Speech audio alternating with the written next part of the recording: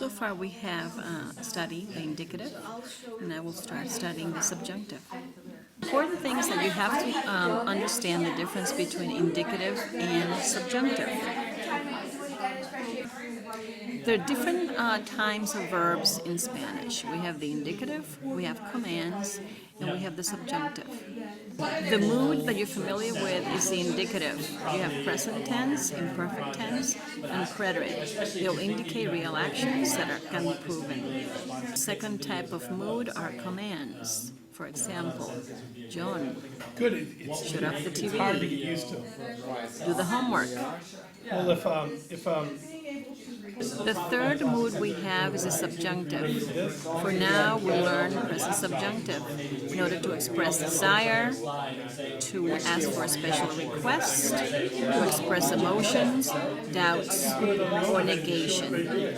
There's an acronym that you may remember, which is called WEIRDO, and it would help you remember all these special sections. You have to remember, in order to use the present subjunctive in this case, you must have two different subjects. In this case, you see, I want for you to listen to a song. The subjunctive, the intention of the person is very important.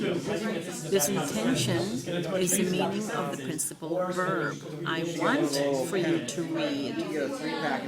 Once we have the first verb that indicates that we have to use subjunctive on the second half of the sentence, leas becomes the verb in the subjunctive.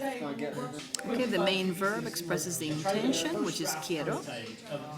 As we mentioned before, the second verb will be in the subjunctive, in this case, comas.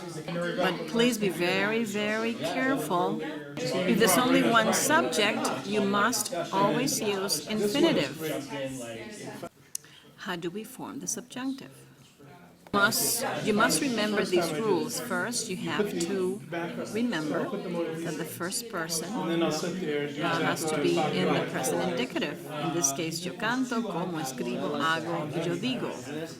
Here is the paradigm of how you would have to conjugate the verb. You will have to drop the O, and then you add the endings, which happen to be the opposite ones for the conjugated verb. Remember that in order to use a subjunctive, it has to be used after a word of wish, educated request, emotion, doubt, or negation.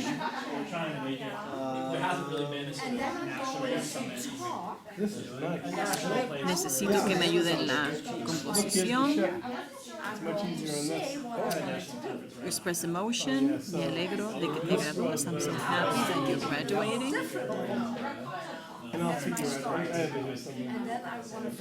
Me alegro de que te gradúes. If you need a hint or a clue, the verb in the subjunctive has to always be after the conjunction que. It makes me happy that you graduate. More uses when there's doubt. I don't think that the frog is bored. Negation. It's not true that you cooked badly. Congratulations. Now you know how to use subjunctive in Spanish. yeah, it's been in there forever.